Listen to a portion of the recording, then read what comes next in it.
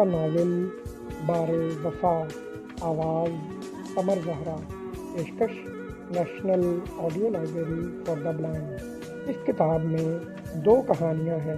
اس کتاب کو اسپانسر کیا ہے محمد مبین نے۔ اگر آپ بھی کوئی کتاب اسپانسر کرنا چاہتے ہیں تو ہم سے رابطہ کریں۔ شکریہ۔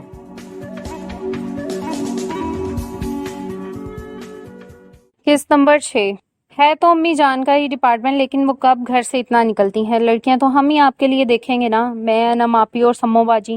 بس آپ بتائیں، آپ کو عبیر باجی پسند ہے؟ بھائی ہماری بہن کی پسند ہماری پسند۔ عبداللہ کے اندر خوشی کے عجب سے رنگ بکھر گئے تھے، یوں جیسے اندر کوئی دھنک کے سارے رنگ بکھیرے دے رہا ہو۔ خوشی نے اس سے پہلے کبھی اس کے اندر اس طرح رنگ نہیں کھیلے تھے۔ ہماری بہنا کو اگر بھنگن بھی پسند آ جائے گی تو ہم اس کی خوشی میں خوش۔ وہ ترنگ سے بولا، بھنگن کیوں پسند کروں گی بھلا میں؟ میرے بھائی جان اتنے خوبصورت ہیں تو ان کی بیوی بھی ایسی ہونی چاہیے نا، خوبصورت سی، بالکل عبیر ملک جیسی، ہے نا؟ ہاں یہ تو ہے۔ سارے جہاں کی خوشی اس کے لہجے میں اتر آئی تھی۔ اسے لگ رہا تھا جیسے اس نے اپنی محبت کو پا لیا ہے۔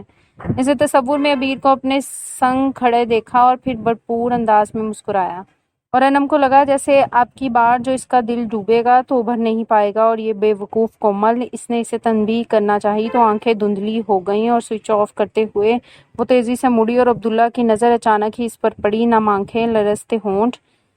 یہ انم کو کیا ہوا؟ شاید اچانک طبیعت خراب ہو گئی ہے، اسے سوچا اور آواز دی، انو انو۔ لیکن انم تیزی سے اپنے کمرے میں گھس گئی۔ اسے لگا جیسے اگر اس نے مڑ کر دیکھا تو خود پر اختیار کھو بیٹھے گی۔ ابھی چند دنوں کی ہی تو بات تھی جب اس نے دل کے اندر عبداللہ کا سراپا سجایا تھا۔ عبداللہ میرا ہے، میرا ہم سفر، ابا جان نے کہا تھا۔ زہرا بیگم، تمہیں انو کے لیے فکر مند ہونے کی ضرورت نہیں، ان کے لیے بہت پہلے میں عبداللہ کا انتخاب کر چکا ہوں۔ یہ کومل تو بے وقوف ہے، یوں ہی الٹی سیدھی منہ میں جو آتا ہے کہہ دیتی ہے، لیکن عبداللہ کی آنکھوں کی چمک، وہ شوخ مسکراہٹ، وہ لہجے میں خوشی کی خنک، وہ تو زیادہ تر سنجیدہ رہتا تھا۔ ایسے رنگ تو اس نے کبھی اس کے چہرے پر نہیں دیکھے تھے۔ گو وہ بہنوں کے ساتھ ہنستا، بولتا، شرارتیں بھی کرتا تھا، لیکن اور کیا خبر وہ بھی عبیر ملک کو پسند کرتا ہو؟ دل کے اندر جیسے کسی نے سوئی چبوئی ہو۔ اس کی نئی نویلی محبت جس نے ابھی اس کے دل میں ہولے سے چٹک کر ہنسی بکھیری تھی، جیسے کسی نے اس کی کلی کو مسل دیا ہو۔ وہ اپنے بیڈ پر بیٹھ کر رونے لگی، ہولے ہولے دونوں ہاتھوں میں منہ چھپائے۔ ابھی تو اس کلی کے ہونٹوں پر پہلی مسکان آئی تھی، ابھی تو وہ اس جذبے کی خوبصورتی کو محسوس ہی کر رہی تھی، ابھی تو دل نے دھڑکنا سیکھا تھا اور اس کی سسکیاں تیز ہو گئیں۔ باہر عبداللہ نے حیرانی سے کومل سے پوچھا، یہ ایک دن انم کو کیا ہوا؟ کیا طبیعت خراب تھی؟ نہیں تو، کومل نے نفی میں سر ہلایا۔ اچانک کوئی کام یاد آ گیا ہوگا، ورنہ ابھی تو ٹھیک ٹھاک باتیں کر رہی تھی، بلکہ انہیں بھی بہت اشتیاق ہو رہا تھا عبیر باجی سے ملنے کا۔ اچھا، عبداللہ کچھ الجھ سا گیا۔ پتہ نہیں کیوں اسے محسوس ہوا تھا جیسے اس کی آنکھوں نم ہوں اور وہ آنسو مجنا ہی چاہتا ہوں۔ آخر کیا وجہ ہو سکتی ہے؟ شاید طبیعت خراب ہوگی، کومل تو بچی ہے، ابھی جا کر پوچھتا ہوں، یا پھر ممکن ہے کوئی یونیورسٹی کا مسئلہ ہو۔ عبداللہ تھوڑا سا پریشان ہو گیا۔ بہرحال انم بچپن سے اپنا ہر مسئلہ اس سے ڈسکس کرتی تھی، اس نے خود کو مطمئن کیا، اور اب بھی اگر کوئی مسئلہ ہے تو ظاہر ہے وہ اس سے ہی کہے گی۔ یوں بھی وہ بہت حساس تھی، چھوٹی چھوٹی باتوں پر اکثر پریشان ہو جایا کرتی تھی، جبکہ سمن معمولی باتوں پر پریشان نہ ہوتی تھی۔ اس میں انم کی نسبت زیادہ اعتماد تھا۔ سمن کا خیال آتے ہی اس نے کومل سے پوچھا، یہ سمو کہاں ہے؟ صبح سے نظر نہیں آئی، ناشتہ بھی نہیں کیا اس نے۔ سمو آپی سو رہی ہیں، رات دیر تک پڑھتی رہی تھی، اس لیے ان کا آرڈر تھا کہ صبح چھٹی ہے، لہٰذا وہ 11 بجے تک سوئیں گی۔ کومل نے تفصیل بتائی اور پھر قدرے سرگوشی کے سے لہجے میں پوچھا، آج امی جان کو بتاؤں کہ آپ کو عبیر ملک پسند ہے؟ تم بہت شریر ہو گئی ہو چھوٹی۔ فی الحال میرا شادی کا کوئی ارادہ نہیں ہے، پہلے تم تینوں کو ٹھکانے لگاؤں گا، پھر اپنے متعلق سوچوں گا، اور امی جان سے کچھ کہنے کی ضرورت نہیں ہے، سمجھی؟ اس کے سر پر چپت لگاتا وہ اٹھ کر کھڑا ہوا، کلائی موڑ کر وقت دیکھا۔ ابھی 10:30 بجے تھے اور اسے اپنی بائک لینے مکینک کے پاس جانا تھا۔ کافی دنوں سے کچھ گڑبڑ کر رہی تھی، سو کل رات کومل کو چھوڑ کر وہ بائک بابو کے حوالے کر آیا تھا۔ بابو محلے کا ہی لڑکا تھا اور عبداللہ کے ساتھ اس کی کافی گپ شپ تھی، اور اس نے وعدہ کیا تھا کہ صبح 12 بجے تک بائک تیار ہوگی۔ دوپہر کا کھانا انہیں صدف کے ہاں کھانا تھا۔ کرن کی شادی کی تاریخ مقرر ہو گئی تھی اور اس خوشی میں اس نے آج سب کی دعوت کی تھی۔ چچا جان کمرے میں ہیں یا بٹ صاحب کی طرف چلے گئے ہیں؟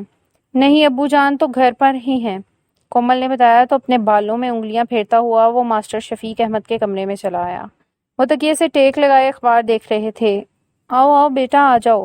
اخبار ایک طرف رکھ کر سیدھے ہو کر بیٹھ گئے۔ اب اخبار پڑھ رہے تھے، وہ ان کے پاس ہی ان کی چارپائی پر بیٹھ گیا۔ ارے بیٹا یہ اخبار پڑھتے کہاں ہیں، چاٹتے ہیں، زہرا بیگم نے قرآن جزدان میں لپیٹتے ہوئے کہا۔ 2 گھنٹے سے اٹھائے ہوئے ہیں، ایک چھٹی والے دن ہی تو اخبار دیکھتا ہوں، وہ بھی تمہیں اچھا نہیں لگتا؟ اسے دیکھنا کہیں گے بلا؟ انہوں نے اٹھ کر قرآن پاک الماری میں رکھا۔ بھائی تمہاری امی جان شروع دن سے اخبار سے چڑھتی ہیں۔ ماسٹر شفیق احمد نے مسکرا کر عبداللہ کو دیکھا۔ ہوتا کیا ہے بیٹا اخبار میں؟ چوری، ڈاکہ، بم دھماکے، قتل، مار دھاڑ۔ میں تو کبھی غلطی سے اخبار دیکھ لوں تو میرا بلڈ پریشر ہائی ہو جاتا ہے۔ آج ہی بس غلطی سے نظر پڑ گئی اخبار پر، ابھی تک دھڑکنیں نارمل نہیں ہوئی دل کی۔ ایسی کون سی خبر پڑھ لی تم نے؟ ارے وہی اس بچی والی، زہرا بیگم نے افسردگی سے کہا۔ کون سی خبر چچا جان؟ عبداللہ نے اخبار اٹھایا اور پھر پہلے ہی صفحے پر اسے وہ خبر نظر آ گئی، گینگ ریپ۔ اس نے اخبار واپس چارپائی پر رکھ دیا۔ ایسے لوگوں کے لیے سزائے موت سے کم کوئی سزا نہیں ہونی چاہیے۔ ماسٹر شفیق احمد نے عبداللہ کی طرف دیکھا۔ ہاں چچا جان یہ لوگ تو سنسار کر دیے جانے کے قابل ہیں، لیکن ہوتا کیا ہے، بچ جاتے ہیں یہ لوگ۔ کاش کاش۔ اس نے مٹھیاں بھینچی، اس کے ماتھے کی رگیں تن گئی تھیں۔ میں ان لوگوں کو ایسی سزا دیتا ہوں کہ آنے والی نسلیں یاد رکھتی۔ ایک اسلامی ملک کا حال ہے اور یہ مسلمان ہیں۔ ماسٹر شفیق احمد کے لہجے میں افسردگی اتر آئی تھی اور چہرے کی لکیروں سے درد جھلکنے لگا تھا۔ میری ہمت نہیں ہوئی کہ میں پوری خبر پڑھتا۔ ان کی آواز مدھم ہو گئی تھی اور عبداللہ کا خون کھول رہا تھا، مگر وہ کچھ نہیں کر سکتا۔ اس نے خود بھی پوری خبر نہیں پڑھی تھی۔ پتہ نہیں وہ لڑکی کون تھی، کن مظلوم والدین کی بیٹی تھی، کس جگہ کس شہر سے اس کا تعلق تھا، لیکن اس کا دل اس انجانی لڑکی کے لیے خون کے آنسو رو رہا تھا۔ اللہ سب بچیوں کو اپنے حفظ و امان میں رکھے۔ زہرا بیگم نے دعا کی اور گھٹنوں پر ہاتھ رکھ کر کھڑی ہو گئیں۔ ماسٹر صاحب آج کیا پکائیں؟ بھائی جو مرضی پکا لو، میں نے 25 سال اعتراض نہیں کیا تو اب کیا کروں گا؟ انہوں نے ماحول کو خوشگوار بنانے کے لیے خوشکن لہجے میں کہا۔ ہاں عبداللہ سے پوچھ لو۔ مجھے آج کہیں اور جانا ہے، صدف نے سب کی دعوت کی ہے۔ عبداللہ نے اپنے خیال سے چونک کر زہرا بیگم کی طرف دیکھا اور خود کو کمپوز کرنے کی کوشش کی۔ یہ آپ کہاں چلے؟ آپ کے دل کی دھڑکن معمول سے تیز ہے تو آپ آرام کریں، بچیاں پکا لیں گی۔ ماسٹر شفیق احمد نے انہیں روکا۔ انم ہی کرے گی سب، میں صرف بتانا چاہ رہی تھی اس کو کہ کیا پکائیں، ورنہ طبیعت کافی خراب ہے میری۔ تو امی جان ایسا ہے کہ آپ تیار ہو جائیں، میں رکشہ لاتا ہوں تو ڈاکٹر کے پاس لے چلتا ہوں۔ نہیں بیٹا ڈاکٹر کیا کرے گا، یہ دل تو بس یوں ہی ہر کھٹکے ہر آہٹ پر ہولنے لگتا ہے۔ خدا تینوں کو اپنے اپنے گھر کا ساتھ خیریت کر دے۔ اللہ بڑا مسبب الاسباب ہے زہرا بیگم، اور پھر ابھی تو بچیاں پڑھ رہی ہیں، اور یہ میں نے تم سے کل بھی کہا تھا کہ 21 مرتبہ سورۃ طاق پڑھ کر چینی پر دم کر کے رکھ لو، اور جب دل دھڑکن بے اعتدال ہو کھا لیا کرو، اور ویسے بھی پانی بھی دم کر کے پیو، انشاءاللہ ٹھیک ہو جاؤ گی۔ ویسے اس عمر میں یہ دھڑکنوں کا بے اعتدال ہونا کچھ۔ ماسٹر شفیق احمد کے لہجے میں ہلکی شوخی سی تھی۔ آپ بھی کمال کرتے ہیں ماسٹر صاحب، بچہ بیٹھا ہے، آپ کو مذاق سوجا ہے؟ وہ جھینپ گئی۔ ارے اپنا ہی بچہ ہے بیگم، غیر تو نہیں۔ شفیق احمد ہولے سے ہنسے تو عبداللہ کے لبوں پر بھی مسکراہٹ بکھر گئی اور وہ اٹھ کھڑا ہوا۔ ارے بیٹھو بیٹا، کہاں چل دیے؟ شفیق احمد نے روکا تو اس نے ان کی طرف دیکھا۔ میں ذرا بابو کی طرف جاؤں گا، بائک لینی ہے اس سے۔ بیٹا یوں کرو، اس بائک کی اور تمہاری عمر تو اب برابر ہی ہوگی، اسے فروخت کر ڈالو اور نئی لے لو، اور جو پیسے کم پڑے وہ مجھ سے لے لینا۔ اس بائک پر ماسٹر شفیق احمد اسکول جایا کرتے تھے، لیکن جب سے عبداللہ نے ملک صاحب کو جوائن کیا تھا، ماسٹر شفیق احمد نے اسے عبداللہ کو ہی دے دیا تھا۔ خود وہ وین پر جایا کرتے تھے، اس سے قبل بھی اکثر بائک عبداللہ کے استعمال میں ہی رہتی تھی۔ جی چچا جان کچھ عرصے بعد لے لوں گا۔ نہیں، وہ جانے کے لیے مڑا، گو وہ کچھ دیر بیٹھنے کے لیے آیا تھا۔ جب کبھی وہ فارغ ہوتا تو ماسٹر شفیق احمد کے پاس بیٹھنا اور ان سے باتیں کرنا اسے اچھا لگتا تھا۔ ان کی باتیں اسے زندگی گزارنا سکھاتی تھیں، ایمان افروز واقعات اس کا ایمان مضبوط کرتے تھے، اور ان کی باتیں حوصلہ بڑھاتی اور امید دلاتی تھی، لیکن آج یکدم ہی اس کا جی بھر گیا تھا۔ ایسی خبریں ہمیشہ ہی اس کی طبیعت خراب کر دیتی تھیں، دل بوجھل ہو جاتا تھا۔ بیٹا انم سے کہنا دوپہر کے لیے دال چاول بنا لے اور رات کے لیے کوفتے بنا لے، میں نے صبح قیمہ فریزر سے نکال کر رکھ دیا تھا۔ زہرا بیگم اٹھتے اٹھتے پھر بیٹھ گئیں۔ جی کہہ دوں گا۔ انم منہ ہاتھ دھو کر دوبارہ کپڑے استری کرنے لگی تھی اور کومل اپنی کتابیں اٹھا کر کہیں جا چکی تھی۔ زہرا بیگم کا پیغام دے کر عبداللہ نے بغور انم کو دیکھا۔ اس کی آنکھوں کے پورٹے سوجے ہوئے تھے۔ انم تمہاری طبیعت ٹھیک ہے؟ جی، انم نے سر جھکائے استری کرتے ہوئے کہا۔ کوئی پرابلم؟ نہیں، کچھ بھی نہیں۔ اس نے لہجے کو بشاش رکھنے کی کوشش کی۔ نہیں، کوئی بات تو ہے، تمہاری آنکھیں سرخ ہو رہی ہیں، روئی ہو؟ نہیں تو اس نے پھر انکار کیا۔ انو ادھر دیکھو میری طرف۔ عبداللہ دیوار سے ٹیک لگائے اسے دیکھ رہا تھا۔ انم نے ذرا پلکیں اٹھائیں اور پھر فوراً ہی جھکا لی، لیکن ان آنسوؤں کا کیا کرتی جو بغاوت کر بیٹھے تھے۔ انو، عبداللہ سیدھا ہو کر کھڑا ہو گیا۔ پلیز جو بھی ہے بتاؤ، صرف بھائی ہی نہیں دوست بھی ہوں تمہارا۔ وہ سر میں درد ہو رہا ہے، بہت برداشت نہیں ہو رہا، انم نے بہانہ بنایا۔ سچ کہہ رہی ہو؟ عبداللہ کو یقین نہیں آیا کہ وہ محض سر درد سے رو پڑی ہو۔ جی، اس نے سر ہلایا۔ تو پھر ڈسپرین لے لو اور آرام کرو۔ ڈسپرین ہے گھر میں یا لے آؤں؟ لی ہے۔ تو پھر یہ استری کرنا ضروری ہے کیا؟ وہ آج چھٹی ہے نا، تو پھر ہفتہ بھر پڑے رہیں گے۔ اگر بہت ضروری ہے تو لاؤ میں کر دیتا ہوں۔ عبداللہ نے آگے بڑھ کر اس کے ہاتھ سے استری لے لی۔ نہیں، میں کر لوں گی۔ شاباش، جاؤ تم کمرے میں آرام کرو اور سمن سے کہہ دینا وہ کھانا بنا لے گی۔ انم نے استری لینا چاہی تو عبداللہ نے نرمی سے استری کی طرف بڑھتا اس کا ہاتھ پیچھے کر دیا اور انم کو یوں لگا جیسے پورے وجود میں بجلی دوڑ گئی ہو۔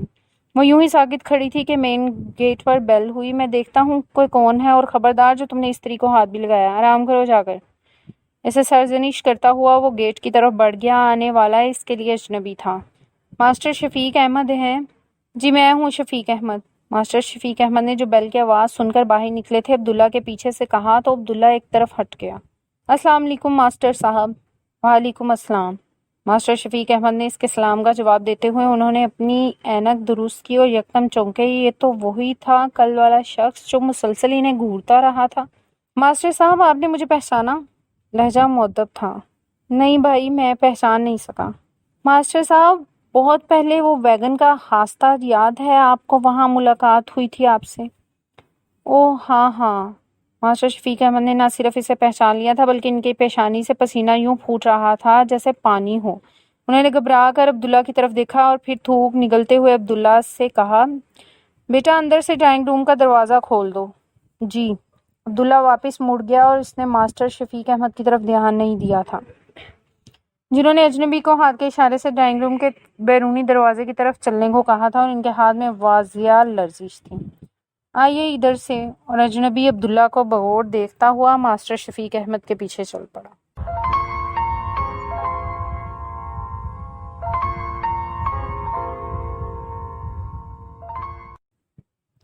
مولوی اللہ یار نے مسجد میں جھاڑو لگا کر ایک تنقیدی نظر ساری مسجد پر ڈالی۔ مسجد صاف ستھری تھی اور کوزے ترتیب سے پڑے تھے۔ جھاڑو ایک طرف رکھ کر انہوں نے مسجد کا دروازہ بند کیا اور باہر آ کر پیپل کے تنے سے ٹیک لگا کر بیٹھ گئے۔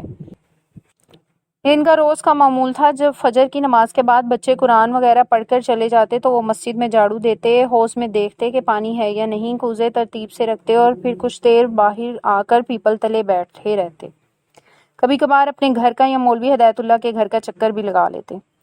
مولوی ہدایت اللہ تو اب تقریباً 2 سالوں سے مسجد سے بالکل ہی الگ ہو گئے تھے، بس نماز جماعت کے ساتھ ادا کر لیتے تھے، باقی ساری ذمہ داری انہوں نے مولوی اللہ یار پر ڈال دی تھی۔ اور پچھلے چند دنوں سے وہ بیمار بھی رہنے لگے تھے۔ جوڑوں کے درد نے انہیں تقریباً بستر کا ہی کر دیا تھا۔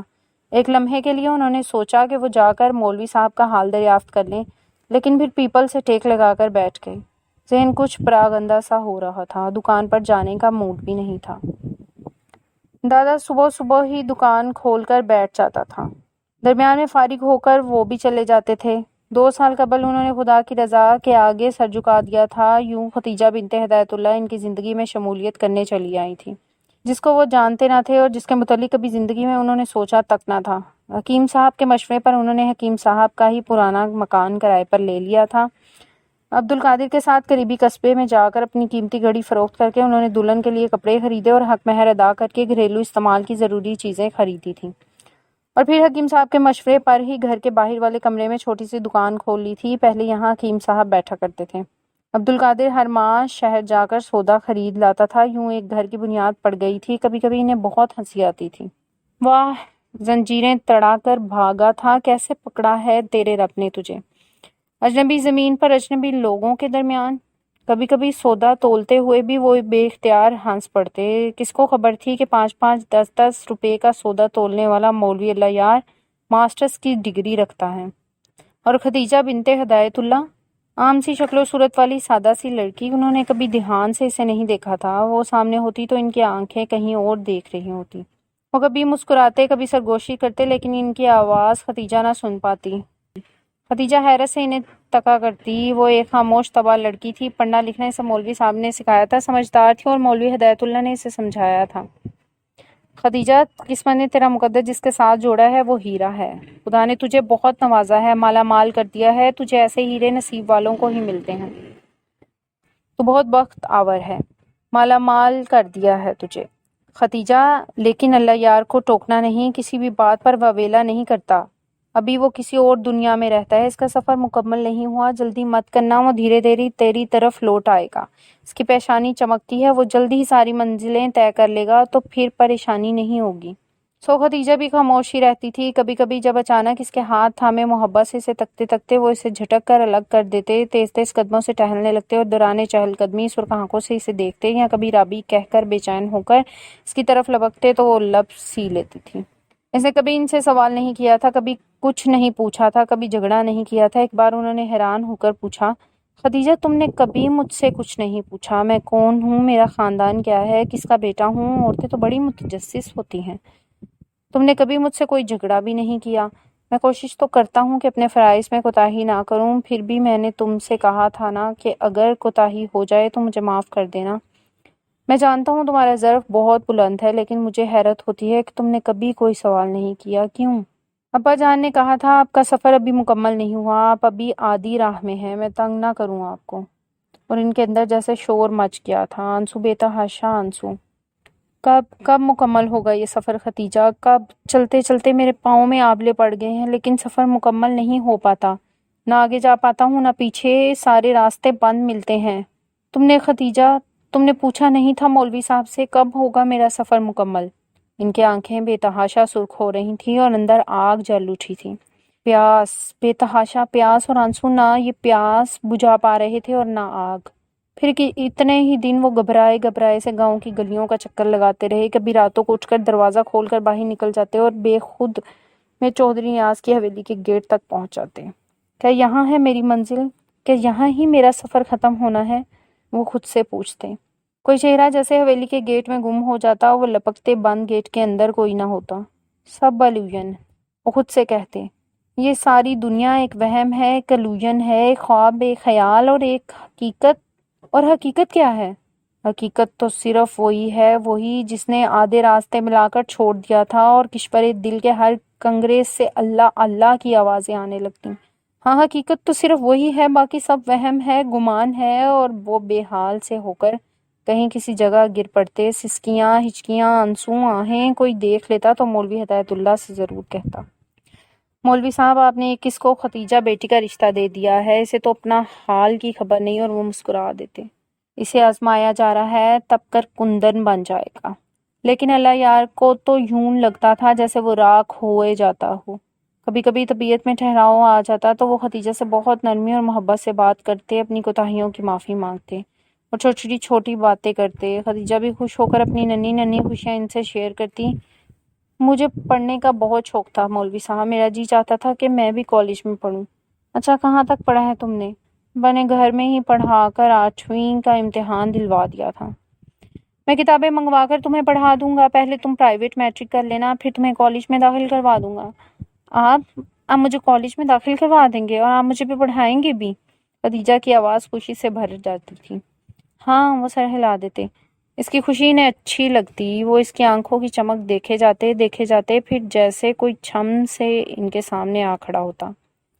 رابی، جب تم خوش ہوتی ہو نا تو تمہاری آنکھیں دمکنے لگتی ہیں، یوں جیسے ہزاروں کرمک شب ان آنکھوں میں اتر آئے ہوں۔ مگر آپ مجھے کیسے پڑھائیں گے؟ خدیجہ کی آنکھوں کی چمک ماند پڑنے لگتی۔ آپ کا سفر ختم ہو گیا کیا؟ سفر؟ ہاں سفر، وہ کھو جاتے۔ ہر سفر کا اختتام ہوتا ہے کہیں نہ کہیں، مگر میرا سفر ختم کیوں نہیں ہوتا خدیجہ؟ وہ روحان سے ہو جاتے، دل کی گھبراہٹ سے الجھ کر خدیجہ کے پاس سے اٹھ جاتے، اور پھر وہی بے چینی، وہی اضطراب، وہی نامعلوم سی طلب۔ اور وہ جھونپڑی والا بابا کہتا تھا اس سفر کی کوئی منزل نہیں ہے، بس سفر ہی سفر ہے، آرزو ہے، اشتیاق ہے، دیدار ہے اور بس وصل نہیں ہے، تڑپ ہی تڑپ ہے، ہجر ہی ہجر ہے۔ اور مولوی ہدایت اللہ نے خدیجہ سے کہا تھا اس کا سفر مکمل نہیں ہوا، مکمل ہو جائے گا تو وہ تیری طرف لوٹ آئے گا۔ اور جھونپڑی والے بابا نے کہا تھا ہجر صرف ہجر کا سفر ہے اور اس سفر میں یا تو کندن بن جائے گا یا راکھ، پتہ نہیں یہ ہجر کتنا طویل ہے۔ انہوں نے پیپل کے تنے سے ٹیک لگاتے ہوئے آنکھیں موند لی اور سوچا وارا کی دکان تو کھول لی ہوگی، وارا گلیوں میں سارا دن آوارہ پھرتا تھا، ایک دادی کے سوا اس کا کوئی نہیں تھا۔ حکیم صاحب بھی ایک دن اسے ان کے پاس لائے تھے، مولوی صاحب اسے دکان پر بچھا لیں، کچھ خرچہ پانی دے دیا کریں، آپ کو بھی آسانی ہو جائے گی اپنی نماز اور عبادت کی اور اس کا بھی بھلا ہو جائے گا۔ اور یوں وارا نے کافی حد تک دکان سنبھالی تھی، سو کبھی کبھی تو وہ ظہر کی نماز تک ہی پیپل تلے بیٹھے رہتے تھے۔ آج بھی ان کا اٹھنے کو جی نہیں چاہ رہا تھا۔ چند دن قبل گاؤں میں جو واقعہ ہوا تھا اس نے ان کے وجود کو جھنجھوڑ کر رکھ دیا تھا۔ زرینہ ایک غریب کمہار کی بیٹی تھی، عمر بھی کچھ زیادہ نہ تھی، یہی 16-17 برس کی ہوگی۔ 6-7 دن قبل وہ گھر سے باہر چودھریوں کی حویلی کی طرف گڑے دینے گئی تھی، پھر واپس نہیں آئی۔ اس کا غریب باپ رات گئے ان کے پاس دعا کروانے آیا تھا، سیدھے سادے معصوم دیہاتیوں کے پاس دعا کے سوا اور کیا تھا۔ لیکن زرینہ نہیں ملی اور وہ 2 دن بعد اس کی لاش گاؤں کے باہر خاردار جھاڑیوں میں پڑی ملی تھی۔ یہ ظلم ہے، وہ تڑپ اٹھے تھے، قاتلوں کو سزا ملنی چاہیے، لیکن اس کے گھر والوں نے خاموشی سے اسے دفن کر دیا تھا، کوئی FIR نہیں کٹوائی گئی تھی۔ عبدالقادر نے چپکے سے انہیں بتایا تھا کہ چودھری نیاز کا بڑا بیٹا شوقین آدمی ہے اور 3-4 دن قبل وہ اپنے چند دوستوں کے ساتھ شکارگاہ میں تھا۔ گاؤں والوں کا خیال ہے کہ یہ کارنامہ چودھری اعجاز کا ہے، لیکن چودھریوں کے خوف سے کوئی زبان پر نہیں لاتا۔ شکارگاہ بھی ایک چھوٹا سا بنگلہ تھا، جدید سہولیات سے آراستہ، گاؤں سے ذرا ہٹ کر تھا۔ اکثر چودھری اعجاز اور چودھری نیاز وغیرہ کے دوست احباب آتے رہتے تھے اور شکار کی غرض سے یہاں ہی ٹھہرتے تھے۔ ارد گرد ہرن وغیرہ بکثرت مل جاتے تھے، تیتر اور مرغابیاں بھی تھیں، سو اس بنگلے کا نام شکارگاہ پڑ گیا تھا۔ اور کل جمعے کے خطبے سے پہلے انہوں نے اس واقعے پر تقریر کی تھی اور گاؤں کے لوگوں سے کہا تھا کہ ظلم کے خلاف نہ بولنا، آواز نہ اٹھانا، گویا ظلم کے ہاتھ مضبوط کرنا ہے۔ زرینہ کے قاتلوں کو سزا ملنی چاہیے، اگر کوئی اس بات سے باخبر ہے تو اسے پولیس کے پاس جانا چاہیے، وہ اس کا ساتھ دیں گے۔ اور بڑی عجیب بات ہوئی تھی، سب سے پہلے تو مولوی ہدایت اللہ نے ہی ان کو سمجھایا تھا، اللہ یار تمہیں یہ سب نہیں کہنا چاہیے تھا، خواہ میں چودھریوں کی دشمنی مول لے لوگے۔ لیکن میں نے تو کسی کا نام نہیں لیا، بس قاتلوں کو کیفر کردار تک پہنچانے کی بات کی ہے۔ پھر بھی بیٹا سب ہی جانتے ہیں کس کا ہاتھ ہے اس میں۔ مولوی ہدایت اللہ کے علاوہ بھی کئی اور افراد نے حتی الامکان دبے لفظوں میں ان کو تنبیہ کی اور وہ حیران تھے کہ کیسے لوگ ہیں جو ظلم کے ہاتھ مضبوط کرتے ہیں، تاکہ آج صبح جب زرینہ کے کل کے بعد انہیں فضل الدین کمہار سے کہا کہ وہ پولیس میں رپورٹ درج کروا دے تو اس نے انکار کر دیا۔ ہماری دھی تو مر گئی مولوی صاحب، ایسا ہی نصیب لکھوا کر لائی تھی، اب ہم کہاں خجل خوار ہوں، وہ تو واپس آنے سے رہی۔ مگر فضل الدین کل کو گاؤں میں پھر کوئی ایسا واقعہ ہو گیا تو قاتلوں کو تو تمہاری خاموشی سے چھایا ملے گی کل کو۔ نا جی، ہم تھانے کچہریوں جوگے لوگ نہیں ہیں، آپ بہت بھولے ہو مولوی جی، آپ کو نہیں پتہ یہ پولیسیے تفتیش کے بہانے ہماری عورتوں کو تھانے میں بٹھائے رکھیں گے۔ نا جی نا، ہماری اور بھی بیٹیاں ہیں، ایک زرینہ نہیں تھی جی، ایک نقصان تو جو ہوا سو ہوا، مزید نقصان کا یارہ ہم میں نہیں ہے۔ حیران سے فضل الدین کو جاتا دیکھتے رہے اور اس کی بات سمجھنے کی کوشش کرتے رہے، اور اب بھی وہ پیپل سے ٹیک لگائے سوچ رہے تھے کہ ایک بار پھر فضل الدین سے بات کریں گے۔ ایک لڑکی پر اتنا ظلم ہوا اور پھر اسے مار دیا گیا اور سب خاموش ہیں۔ تبھی عبدالقادر نے ان کے قریب آ کر سلام کیا تو انہوں نے چونک کر آنکھیں کھول دیں۔ وعلیکم السلام عبدالقادر، بیٹھو۔ عبدالقادر سر جھکائے ان کے پاس ہی بیٹھ گیا۔ اس کی اب عادت تھی کہ جب بھی اسے موقع ملتا ان کے پاس آ کر بیٹھ جاتا تھا، ان کی باتیں سنتا اور سمجھنے کی کوشش کرتا تھا۔ میٹرک کے بعد وہ کالج جا کر پڑھنا چاہتا تھا، شروع سے ہی اس کی خواہش تھی، لیکن اس کے باپ نے اسے حویلی میں چودھری نیاز کے پاس رکھوا دیا تھا ان کے ذاتی کاموں کے لیے۔ مولوی اللہ یار کو پتہ چلا تو انہیں افسوس ہوا تھا۔ تم تو کالج میں پڑھنا چاہتے تھے عبدالقادر؟ باجی ہم غریب لوگ اتنے خرچے برداشت نہیں کر سکتے۔ تجھے شوق ہے نا تو پھر شہر میں میرا ایک دوست ہے، اس کی طرف چلے جا، میں خط لکھ دوں گا تجھے، وہ تجھے داخلہ دلوا دے گا، رہائش کا بندوبست بھی کر دے گا اور تیرا خرچ میں دوں گا سب۔ اور عبدالقادر کے دل میں ان کی عقیدت و محبت اور بڑھ گئی تھی، لیکن وہ جانتا تھا کہ چودھری یہ سب پسند نہیں کریں گے، اس کے باپ نے اسے کہہ دیا تھا۔ تو بھول جا اپنی آرزو اور صرف یہ یاد رکھ کہ تیرا ایک بوڑھا باپ ہے اور جوان بہنیں ہیں۔ تو چودھری نیاز کو پسند آ گیا ہے، تھوڑا پڑھا لکھا ہے نا، اسے اپنی ذاتی کاموں کے لیے چاہیے۔ وہ تب سے چودھری نیاز کے پاس تھا۔ شہر کے چھوٹے موٹے کام، عدالتوں کے چکر اور دوسرا حساب کتاب رکھنے کے علاوہ بوقت ضرورت وہ چودھری کے ساتھ شہر بھی جاتا رہتا تھا۔ آج اسے وقت کیسے آنا ہوا عبدالقادر؟ وہ جی چودھری صاحب نے بھیجا آپ کو بلانے مجھے؟ مولوی اللہ یار نے اپنی طرف اشارہ کیا۔ ہاں جی، آپ کو بہت غصے میں ہیں۔ کیوں غصے میں کیوں ہے؟ مجھے کل آپ نے جو تقریر کی تھی نا، اس کی وجہ سے بس آپ معافی مانگ لینا۔ کس بات کی معافی عبدالقادر؟ انہوں نے حیرت سے پوچھا۔ وہ جی چودھری صاحب ناراض ہے نا آپ کی تقریر پر۔ لیکن میں نے کوئی غلط بات تو نہیں کی تھی عبدالقادر۔ وہ تو جی ٹھیک ہے، پر آپ معافی مانگ لیں۔ مولوی اللہ یار خاموشی سے کھڑے ہو گئے اور عبدالقادر کے ساتھ حویلی کی طرف چل پڑے۔ چودھری نیاز آج حویلی کے مردانے حصے میں تھا۔ مولوی اللہ یار نے دوسری بار چودھری نیاز کو دیکھا تھا۔ وہ پیشانی پر شکنے ڈالے چھڑی گھماتا انہیں گھور رہا تھا۔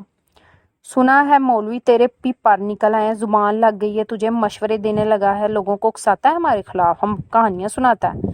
زبان گدی سے کھنچوا لوں گا، بوٹی بوٹی کر کے چیل کبوں کے آگے ڈال دوں گا، بڑا آیا عالم فاضل۔ چودھری نیاز بول رہا تھا اور مولوی اللہ یار سوچ رہے تھے۔ اے رب، یہ تیرا خلیفہ ہے، تو نے اسے اپنا نائب بنا کر زمین پر بھیجا ہے اور یہ خدا بن بیٹھا ہے۔ مولا سن مولوی، پہلی بار ہے اس لیے معاف کر رہا ہوں، لیکن آئندہ ریفارمر بننے کی کوشش نہ کرنا۔ وہ خاموش کھڑے تھے۔ انہوں نے ایک نظر عبدالقادر کو دیکھا جو سر جھکائے کھڑا تھا اور کچھ کہنے کے لیے منہ کھولا ہی تھا کہ نظر کھلے دروازے سے باہر حویلی کے گیٹ تک چلی گئی۔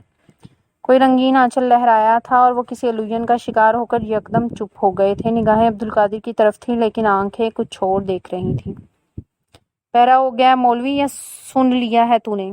چودھری نیاز دھاڑے تو مولوی اللہ یار نے نظر اٹھائیں، گہری اندر تک اترتی نظریں۔ پتہ نہیں کیا تھا ان کی نظروں میں، ان نظروں میں کہ ایک لمحہ کو تو چودھری نیاز بھی خاموش ہو گیا، مگر دوسرے ہی لمحے اس نے ہاتھ میں پکڑی چھڑی سے انہیں جانے کا اشارہ۔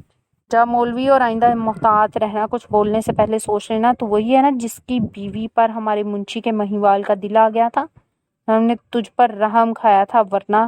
مولوی اللہ یار کا جسم ہولے سے کانپا اور سارا خون سمٹ کر آنکھوں میں آ گیا۔ انہوں نے آسمان کی طرف نگاہ کی اور واپس پلٹے۔ تیرا مولوی ڈر گیا ہے عبدالقادر، کنستر کے اندر پتھر لڑکے۔ تو اچھی طرح سمجھا دینا اسے۔ عبدالقادر نے سر جھکا دیا۔ جی تو ادری جی، مسجد میں تو بڑی تقریر کرتا ہے اور یہاں زبان پر ٹانکے لگ گئے تھے۔ چودھری نیاز نے عبدالقادر کو دیکھا۔ اللہ والے ہیں جی، سمجھ گئے ہیں آپ کی بات۔ اچھا تو زیادہ بڑبڑ نہ کر۔ چودھری نیاز نے اسٹک گھمائی اور اسے جانے کا اشارہ کیا۔ وہ جلدی سے اسٹک کی ضرب سے خود کو بچاتا پیچھے ہٹا اور باہر نکل گیا۔ مولوی اللہ یار سر جھکائے بیرونی گیٹ کی طرف جا رہے تھے، یوں جیسے خواب کے عالم میں چل رہے ہوں۔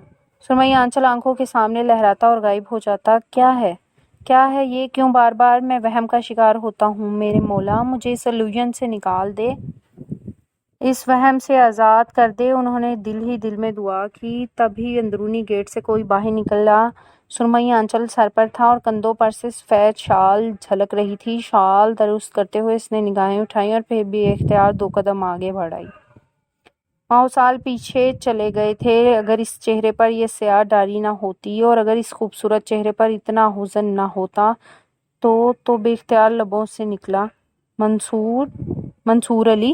آواز سرگوشی سے بلند نہ تھی لیکن سر جھکائے چلتے مولوی اللہ یار رک گئے۔ نگاہیں اچانک اٹھیں اور پھر جھکنا بھول گئیں۔ بے اختیار قدم اس سمت اٹھے تھے اور انہوں نے صدا دی تھی، رابی، منصور۔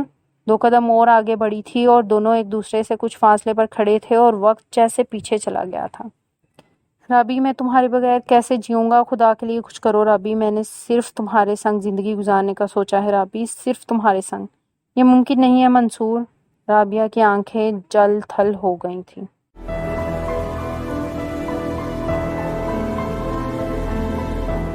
اگر آپ نے ہمارا چینل سبسکرائب نہیں کیا تو ابھی سبسکرائب کریں اور ساتھ ہی بیل آئیکن پر کلک کریں تاکہ ہماری نئی آنے والی بکس کی اپڈیٹس آپ کو ملتی رہیں۔ لائک کریں، شیئر کریں اور کمنٹس کر کے اپنی رائے کا اظہار کریں، اور یہ بھی بتائیں کہ آپ کو ہماری بکس کیسی لگتی ہیں۔